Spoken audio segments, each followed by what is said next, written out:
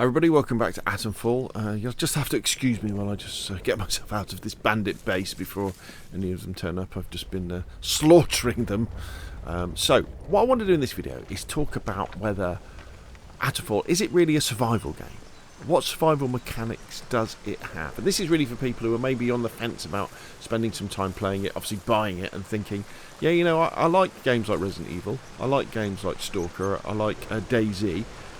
So how survivally is it? Because the footage I've seen and the gameplay I've seen seems to be very much almost like a shooter.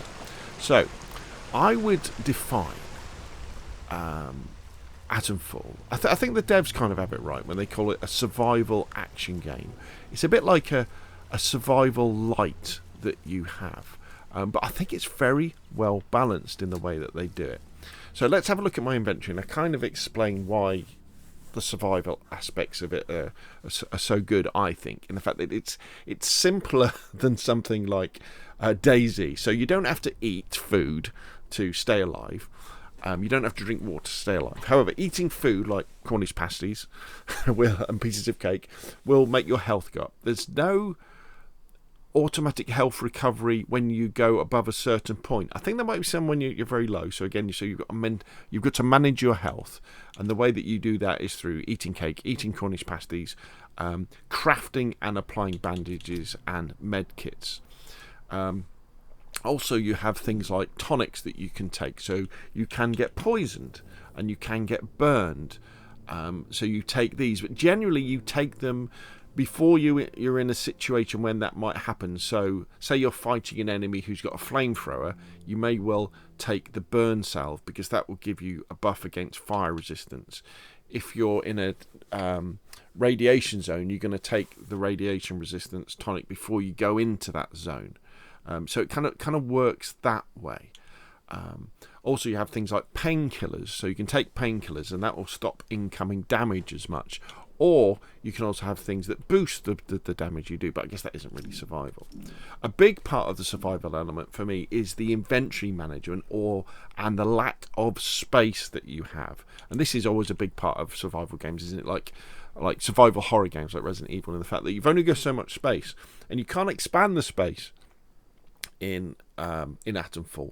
There is a Resident Evil-like inventory box system in the pneumatic tubes that you will discover as you go through the game, which means that you can offload items into this special inventory system, which then can be accessed from other places. But when you're wandering around the world, you need to balance what you're carrying against your ability to pick other stuff up, to trade. Because the traders in Atomfall, it's all on a barter system. There's no currency. So it's always items for items. So as you can see here, so in the inventory, we've got 4 slots for double-handed weapons. So I've got my cricket bat, I've got my shotgun, I've got my rifle, and I've got a spare space so I can pick something up. And then we've got our single-handed weapons or our general stuff. As you can see, I've got lots of gaps for picking things up. The reason why there's lots of gaps is I've just been through a combat situation, which means that I've used bandages, I've used some stims, and I've used some Molotov cocktails as well. But these fill up pretty quick as you're wandering around the world. So you've always got to be thinking, okay, so what weapons do I want to take with me because I have this certain sort of ammo? Because I also don't want to miss the opportunity to pick other weapons up, especially in the early game.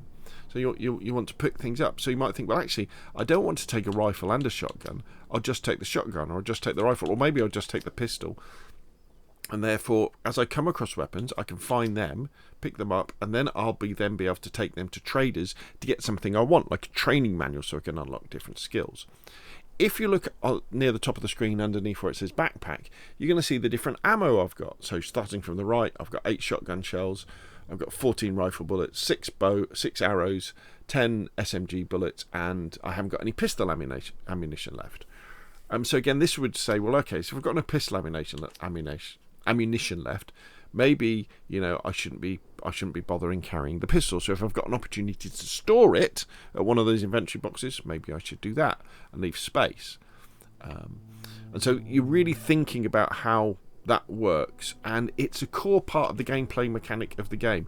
I see people complaining about the inventory saying, well, it's not big enough, I can't carry everything. That's the point. You can't carry everything. You have to make choices, and those choices will affect how you play. So if you're using the rifle all the time and the shotgun all the time and the pistol, maybe on your next playthrough or later on in the game you'll use lots of melee weapons. You'll use like the cricket bat and the knife, and there's lots of other stuff as well, and that really changes how you interact with the world and interact with the characters that you're fighting. Crafting, so as you unlock different skills, so you get like these learning books that you can buy, and then you can unlock particular skills using I think it's called training stims that you find. You can see if you look in the bottom right corner, at the moment I've got loads, I've got 15.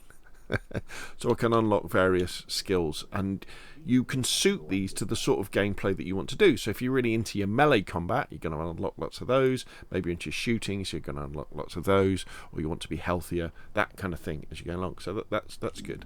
Now as far as crafting goes, this is very survival, isn't it?